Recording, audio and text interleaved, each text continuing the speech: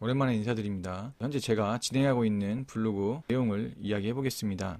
블로그 외에 IT 블로그 하나를 제가 운영을 했어요.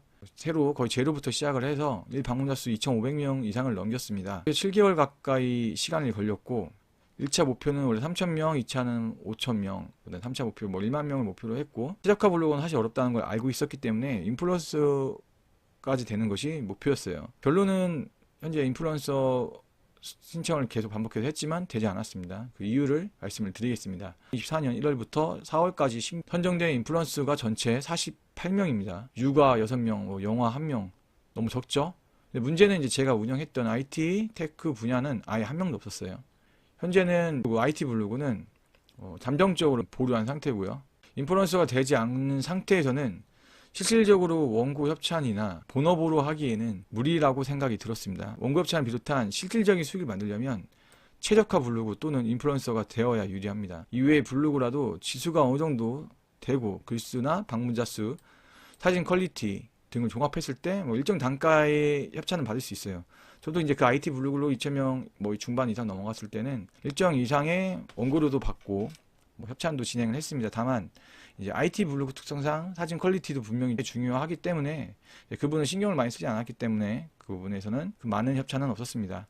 이제는 이제 인플루언서나 최적화 블로그 위주로 원고 협찬이나 제안들이 가기 때문에 그 외의 블로그들은 받을 수는 있죠. 하지만 이제 원고료가 소소할 수밖에 없고 그 기간이나 시간은 더 많은 투자할 수밖에 없다는 것이 제가 진행해 본 결과입니다. 물론 제가 말한 거 예외의 경우도 있겠지만 제가 현재 내린 결론은 이것입니다. 그렇게 하는 방법 외에 다른 수익화를 낼 수 있는 방법은 없을까?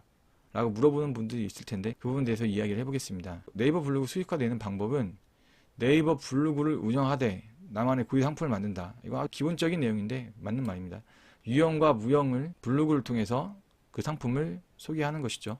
두 번째는 업체와 직접적인 연결을 한다. 쿠파스도 하나의 그 부분인데 CPS라고 하죠. 이 쿠팡 파트너스를 통해서 물건이 판매되었을 때 3%를 받을 수 있는 이 구조를 많이 활용하는 것도 괜찮죠. 대신 이거는 링크를 계속해서 반복적으로 달고 이미지나 이런 부분에서 정확하게 알지 못하는 상태에서 진행을 한다면은 저품질 위험성이 있습니다. 네 번째로 소소한 상품과 맛집.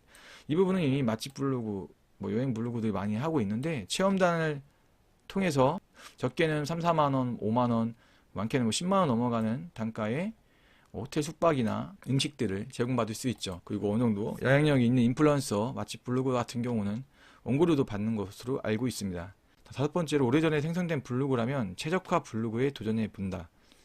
최적화 블로그인지를 파악해야 되는데 사실 어느 정도 알지 않는 한은 어렵죠. 2015년, 2016년을 기준으로 전후로 최적화 블로그 나오지 않는다고 카더라가 있죠. 근데 어느 정도는 일리가 있는 말이고요. 저도 그렇게 생각을 하고 있습니다. 그 당시에 개설만 했다고 되는 것이 아니라 그때 글을 어느 정도 써서 어느 정도 활성화시킨 상태에서 멈췄을 때 다시 그 블로그를 활용했을 때 이 부분이 나온다는 거죠.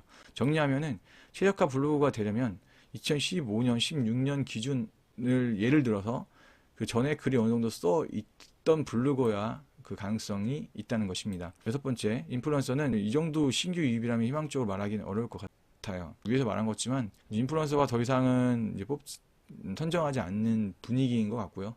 다시 바뀔 수는 있지만 이미 많은 인플루언서들이 현재 들어가 있는 상태죠. 그 때문에 그런 것 같아요. 일곱 번째로 블로그 대행이라고 하죠. 블로그를 대신 운영해주면서 대행 수익을 받는 방법도 있습니다.